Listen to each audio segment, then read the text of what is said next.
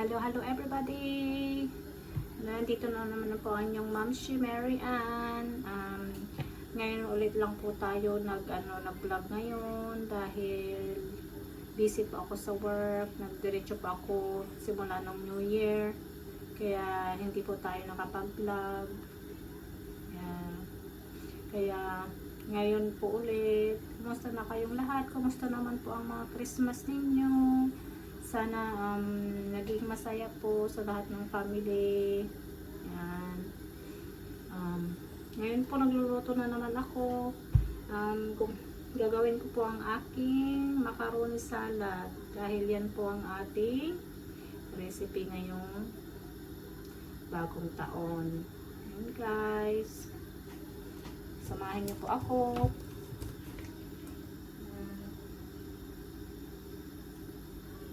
Kasi bukas, work na naman po ang mamshi. Tapos, pag uwi ko, ako ay magluluto ng mga ibang dessert. Para maging relax na lang po tayo ng desperas ng New Year. Ayan. Yan po ang ginagawa ko para hindi pa ako mapagod sa kakaluto.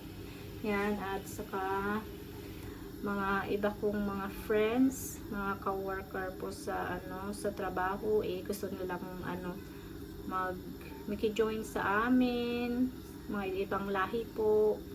Makikita niyo po sa aking sa ating vlog. Sa susunod na ibang araw, makikita niyo sila. Yan. Na-adapt na rin po nila ang ating culture. Yan, mga kasama ko sa work na Polish. Gustong-gusto nila ang ating mga food, lalo na ang pansit, Shanghai, mga ganyan yan po. Gustong-gusto nila. Lagi silang nagpapaluto sa akin. Guys, akin na natin ang ating mga kaong. Ayan, hirap siyang buksan. Ang technique daw guys, nyo, ganun daw nyo yung yung cover para mabuksan. Totoo po. Nabuksan nga talaga. Drainin ko na po ang ating mga sahog. Yan na po ang ating pasalad. Nilagay ko na po. Ayan, lalagay ko na lang ang ating condensed milk. Bali, nagkulang tayo ng cream guys, kaya bibili pa ako bukas, dagdagan ko na lang. Hindi na ako nakadaan kanina kasi Sunday pa lang ngayon. Maaga silang nagko-close ng shop pag Sunday dito, alas 4 close na. 6:30 ako umuwi. Dagdagan ko na lang siya bukas. Ibili pa ako ng raisins kasi wala din. Ayan, kulang. Wala, guys. Kulang ang ating recipe. Yan, nilagay ko ng ating pakaong, nata de coco, cheese, ang ating fruit cocktail. Yan. So, sa totoo lang, guys, sakala akong makagagawa ng macaroni salad pag New Year. Yan. Pag may birthday, hindi po ako gumagawa. Paano lang. Hindi lang nawawala sa atin ay ang papansit. Yan. Ang ating dessert, makulay. Kayo guys, ano ang inyong handa sa atin? For sure, mga puding po, mga kakanin. Ako ay magbibingka din. Ano pa ba ang lulutuin ko? Mag-graham sana ako, kaso walang graham na available na cracker. Kaya ito na lang.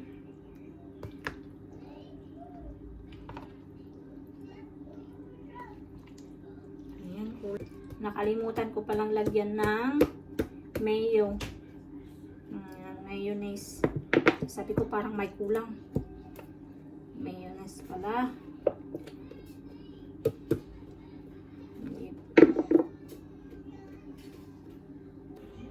Gagawa po tayo ng graham bar naman ngayon. Yan, maglalagay ako ng 3 tablespoon ng white sugar.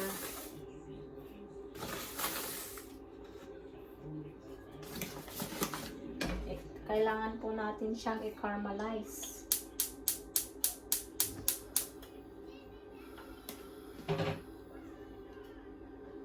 Yung parang paggawa ng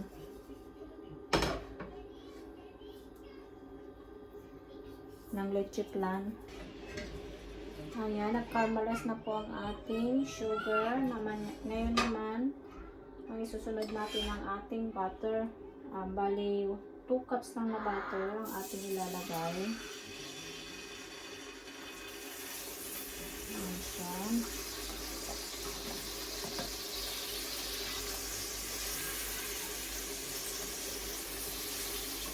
Halo-haloin lang po natin. Malas na po ang ating sugar. Ayan.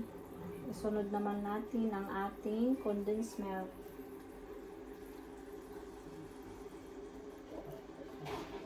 Bali, isang lata po ang ating nilagay.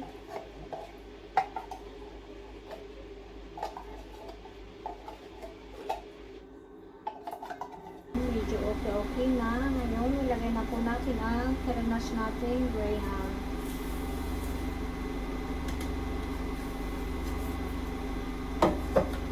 Palagaluin lang po natin.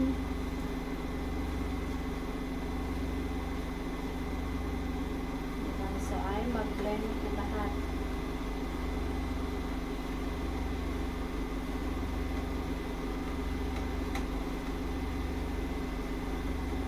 Ayan guys. Malapit nang maluto.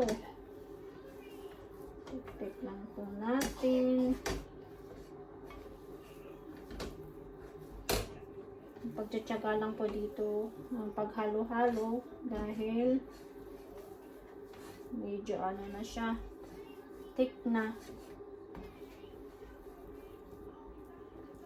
Parang yung pagluluto ng biko, ganun. Halo-haloin lang po natin konti pa. Tapos ready na, lagay na natin sa ating tray. Ilagay natin sa ating tray. Medyo sticky lang siya. At ipa-flatten lang po natin.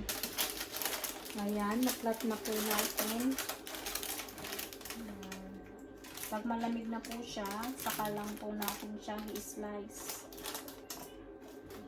Palamigin na lang po natin siya. Ito na po. Ayan. Saka na lang po natin ikakat mamaya pag malamig na. Mabango. Medyo ikakat na po natin.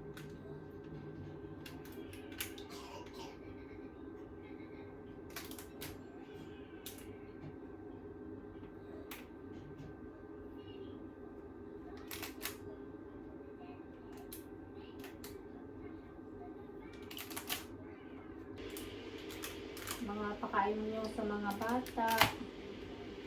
Gusto nila to.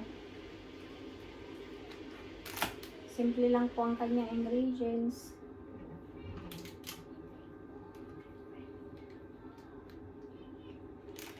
Tatlong ingredients lang. May dessert ka na.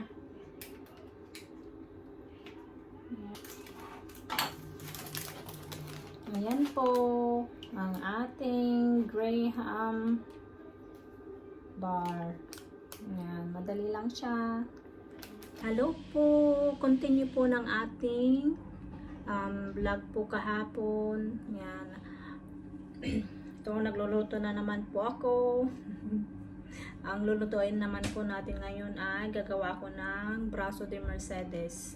Ayan, samahan nyo na naman po ako. Ko ng ating egg. Separate ko po ang ating egg yolk. Imamanual na lang po natin. Ayan. Puro dessert naman po ang ating handa. Bukas po. Lulutuin ko na ngayon. Para yung mga meat na lang paggising ko sa umaga. Ayan. Bali kagagaling ko lang ng work. Ito. Diretso na naman ako dito sa kitchen. Ganito na lang po lagi ang aking routine. Bago-uwi ko, magsha-shower, tapos spend time with sa mga bata, and then dito ako sa kitchen or maglalaba. Nakasalang nga rin na yung aking labahin. Yan, nakapag-change na rin ako ng beddings para pagdating ng bagong taon is clean po lahat. Yan po.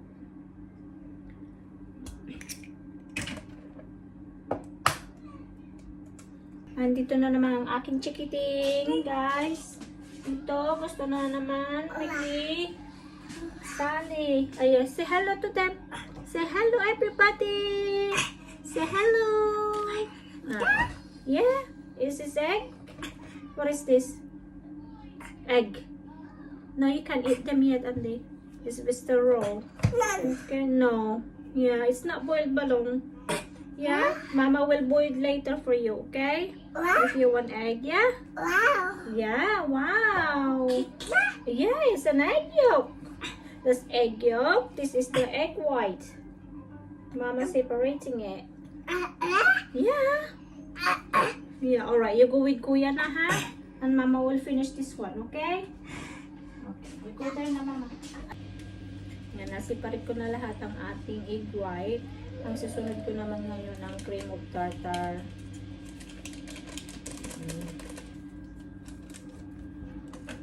Saka natin i-bake na hanggang mag-soft bake po siya.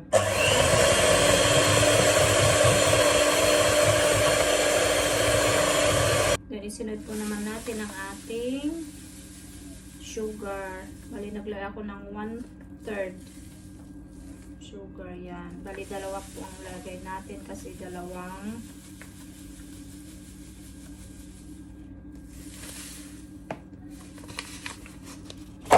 saka ulit natin i-bake. Ayan na po, medyo okay na siya. Ayan. Pero ano ko pa kung ayan, okay na siya. Ayan, pag inangat nyo pong ganyan, pag nag-ano na siya, okay na siya. Ayan. Ready for baking na. Bibig na rin po natin. Okay, yan na guys ang ating meringue. Very thick na. Pwede na nating i-bake. Lagay na natin sa tray. Dash ko lang po siya ng cornstarch saka icing sugar para pag ano natin, alisin natin mamaya pag naluto na hindi siya didikit dito sa may baking paper.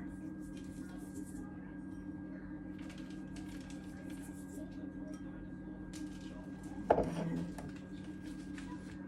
Ayan. Tignan natin ang ating meringue. Ready for baking na. Ayan, nailagay na rin ayan, nailagay na po natin ang ating meringue sa oven. It's baking time na. At ngayon naman ay gagawa po tayo ng bibingka. Ayan, hintayin lang po natin yung ating niluluto sa oven, kaya yung another recipe naman po tayo. Yan. Lalagay ako ng sugar.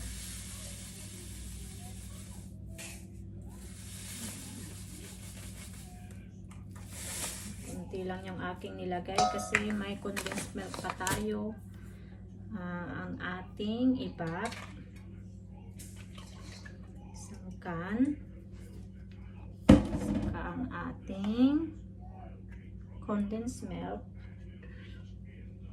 mga 3/4 lang.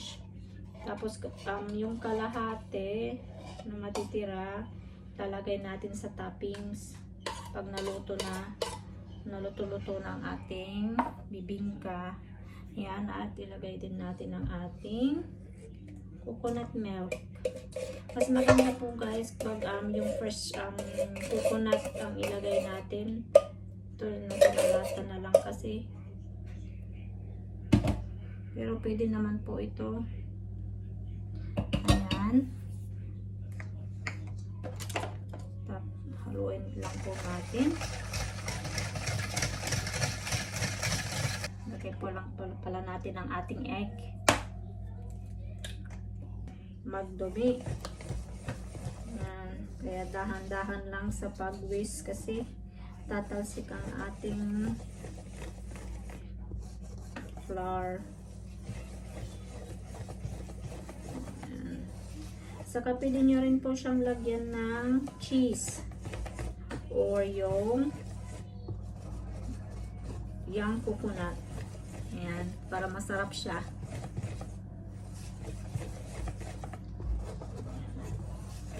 Pwede nyo rin po siyang lagyan ng flavoring kung gusto nyo may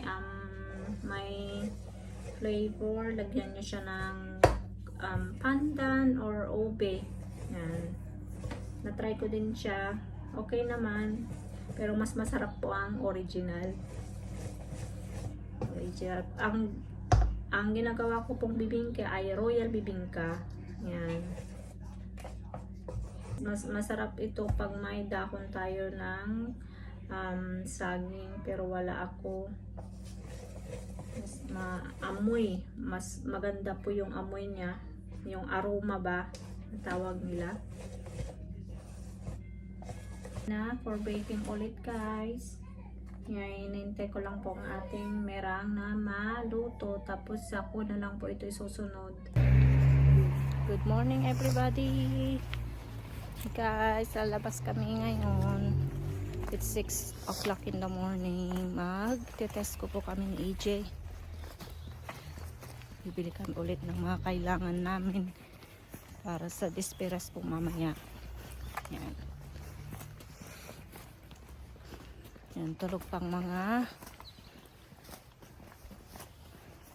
tao dito. We'll see you there guys. Guys, wala pa katao-tao. Kami pa lang nag-walk. Nangatulog pa mga iba.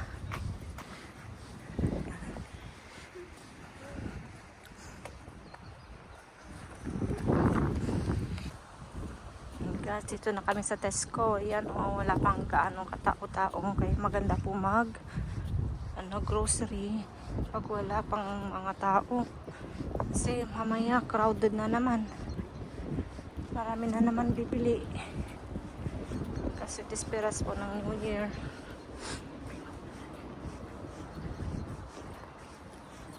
Itong kasama ko, inantok pa. Ayaw nga niyang bumangon. Napilitan. Ayan ang aking body this morning. Si EJ. Say hello to them, anak ko. Hello. Please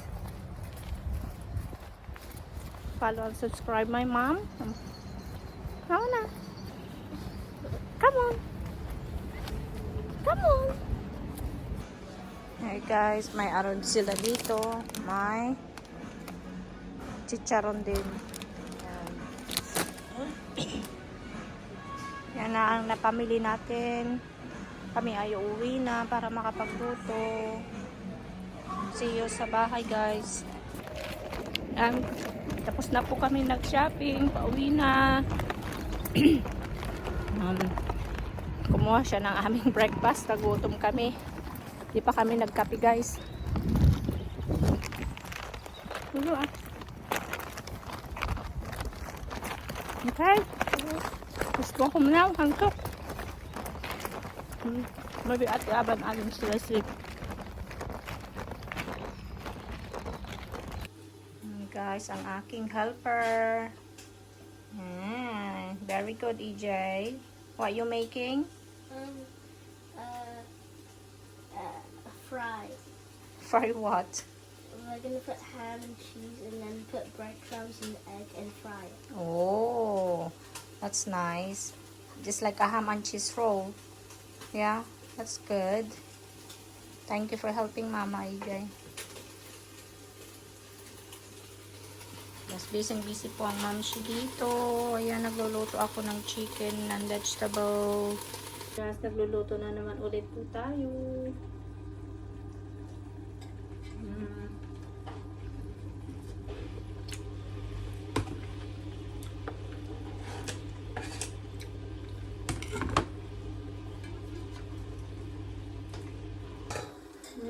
Busy pa rin po tayo ngayon. Nagluluto po ako ng sauce ng palabok dahil nakalimutan ko, wala pala akong sauce, palabok sauce, kaya my own recipe na lang po. Ayan. Hindi ko na guys binidyo yung mga ibang niluto ko. Ibibidyo ko na lang po mamaya pag ready na po natin.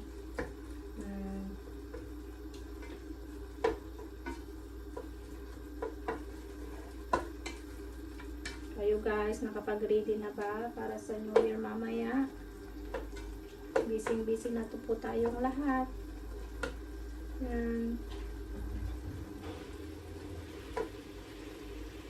Po natin ang ating pasta sa kanyang sauce. Hinahalo ko na siya guys para hindi magkulang yung sauce natin.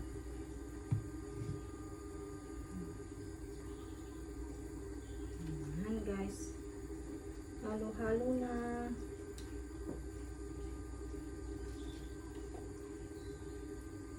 Sana hindi tayo magkulang sa sauce.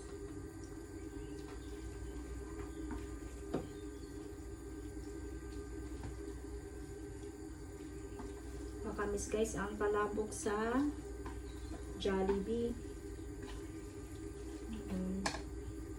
Parang madami yung pansit natin, kaya huwag na natin ilagay.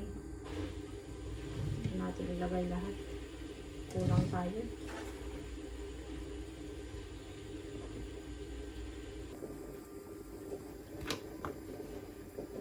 Yan po ang ating palabok.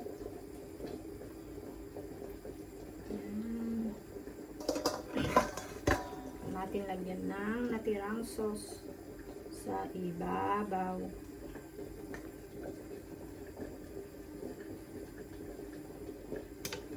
Yan, ready na guys. Ready na po ang ating handa later.